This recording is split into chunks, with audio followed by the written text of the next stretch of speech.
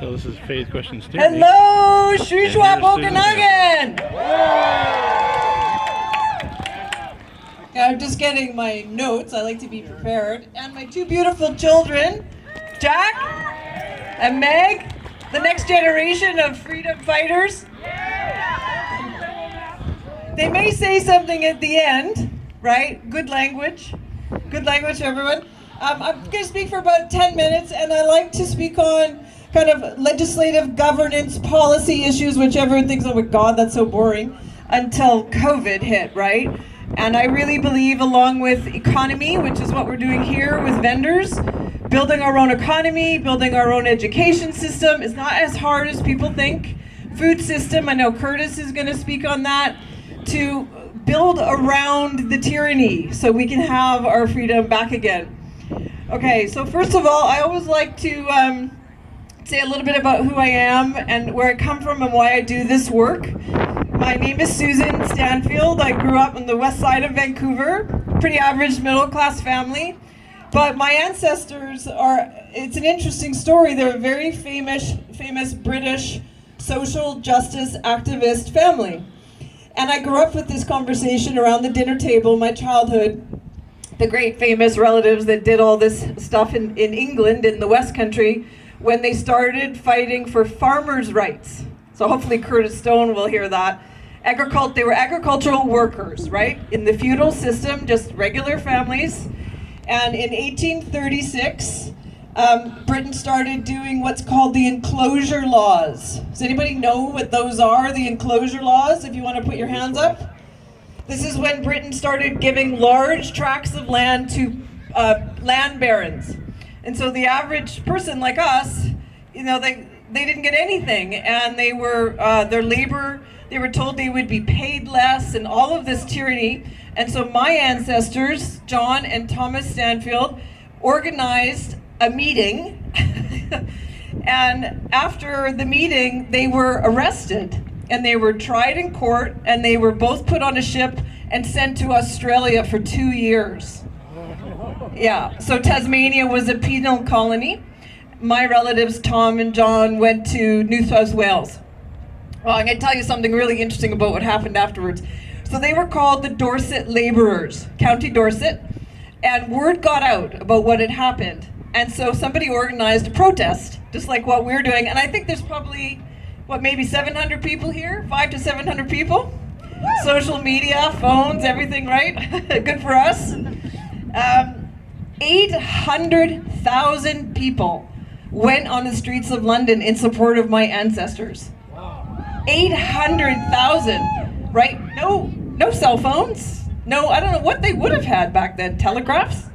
800,000 people to protest against unjust government laws. So this is the blood that I have in my bones. I feel like it's an important part of my story, my family.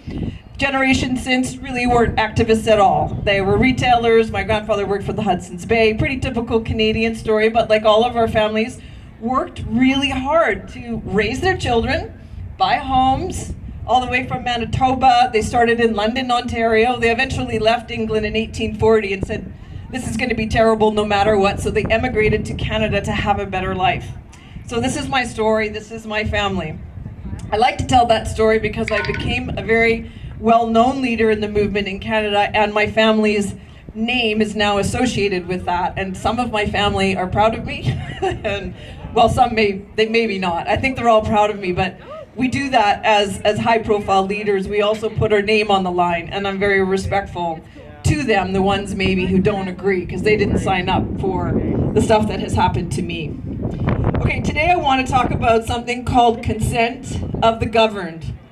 And I don't know if you know what that is. It's about a 700-year-old philosophical and intellectual theory that developed out of the Brandenburg area of Germany. So this is Descartes, I think therefore I am. All of the Western civilization philosophers and thinkers started creating this concept, consent of the governed. Now hold on a sec. If you guys are bored, you can go away and come back again. Okay. They can speak later. So what is that? Consent of the governed. To me, this is the most important thing that we have to think about right now and to teach our children. And my friend Jerry Roy, who was here, mentioned that earlier about teaching our children about food systems and all of this stuff. This is the future. So consent of the governed was how Western society came to be, when the Western thinkers realized we have to have a system of governance that we consent to. And now we live under that in countries like Canada, all the Western countries, North America, France, the ones that are under attack. Oh, here comes the wind. And so the agreements were evolved over those 700 years. Okay, I'll pay a bit of taxes, I won't litter, I'll wear my seatbelt, I'll obey the governance rules because it's good for society. I'll generally consent because the government is generally good. And hands up if you think that mostly has worked over the past 100 years in Canada. Like mostly, right? It's mostly worked. We've been mostly pretty free. That hasn't been great for our Indigenous people, obviously. But wow, did we ever get hit this year with the removal of our consent. And that's what's going on. The government and the big corporations who control the governments now, they don't care about our consent. And we have to rethink that idea and that philosophy. That conversation should now be the conversation of all of our dinners and our lunches, right? What are we going to consent to?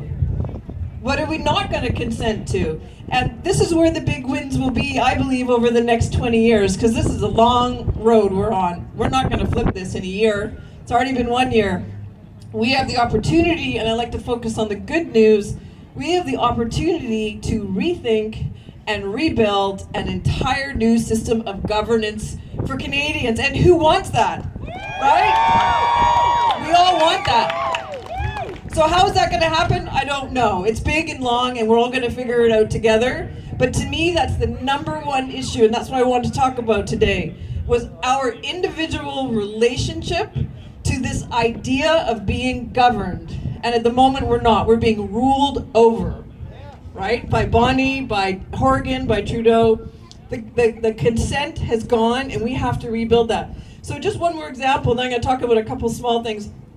If you think of other things in our life that has evolved, like food, like restaurants, like clothing, like television, communications in the last 150 years, how much we have evolved learning, like these kids learn on iPads, right?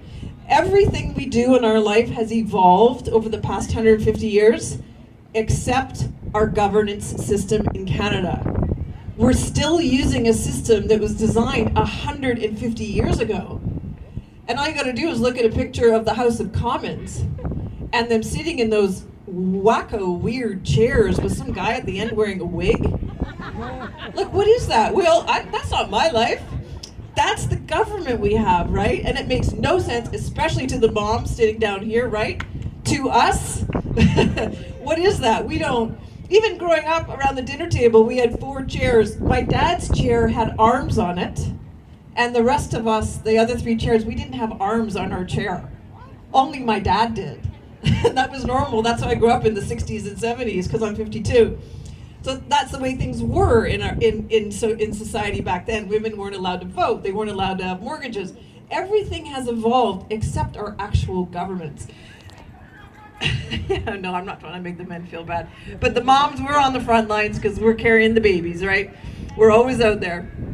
Okay, so that's consent of the governed. It's called something different in America, and I'll try and put that up on my feeds. It has a different name, but this is what we call it in sort of British Western system. It's fascinating. It's all over the internet, and if you're prone to the intellectual side of activism the way I am, there's some really big wins in there, how we can start to rethink and rebuild our governance systems and philosophies in Canada. Okay, a couple of smaller things. People always ask me, how do you get through it? You know, how do you stay so strong? I've literally done this work for 365 days straight without much of a break, I tell you that. Right? And if you don't know my story, I've been arrested. I was arrested, by the way, guys. I don't know if you know that. Yeah, every good mom's arrested, right? Yeah, I was fake arrested. Yeah, I was fake, violently arrested. I've been assaulted. I've been forced out of 2 rental homes through corruption. I'm being stalked, I'm pretty sure. I've been sent letters that are violent and threatening. Everything that could have happened over the past year to people like me who are speaking out has happened to me, and I have not lost my joy or my hope. Nothing. Not one bit, right?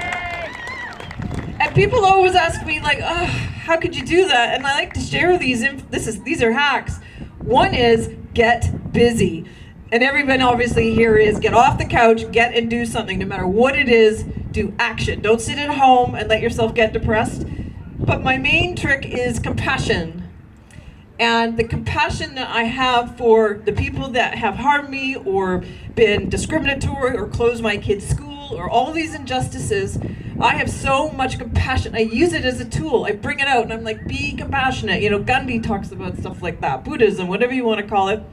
I have compassion for others, so it allows me not to be angry and it protects me. And so that's a trick. If you're suffering right now from all this injustice, like so many of us are, think about compassion. It's a wonderful tool, and like I said, it will help you retain your joy, right? Because we don't want to lose any of that. The other thing we don't want to lose is hope, and that's what I wanted to end on. Hope. There is so much hope. Every time there's an injustice, there's a justice right on the other side of it. Every time something bad happens, there's an opportunity for something good to happen. And we have so much to be hopeful and thankful for. I mean, just look around in this community where everybody lives.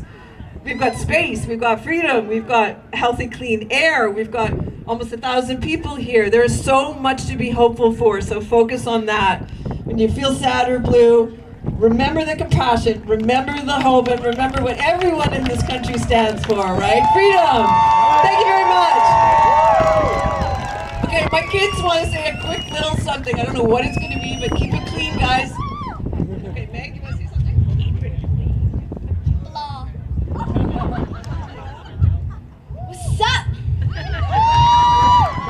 They've been my rock, right? I don't know what I would have done without my kids. Thank you very much. We'll see you for the rest of the afternoon.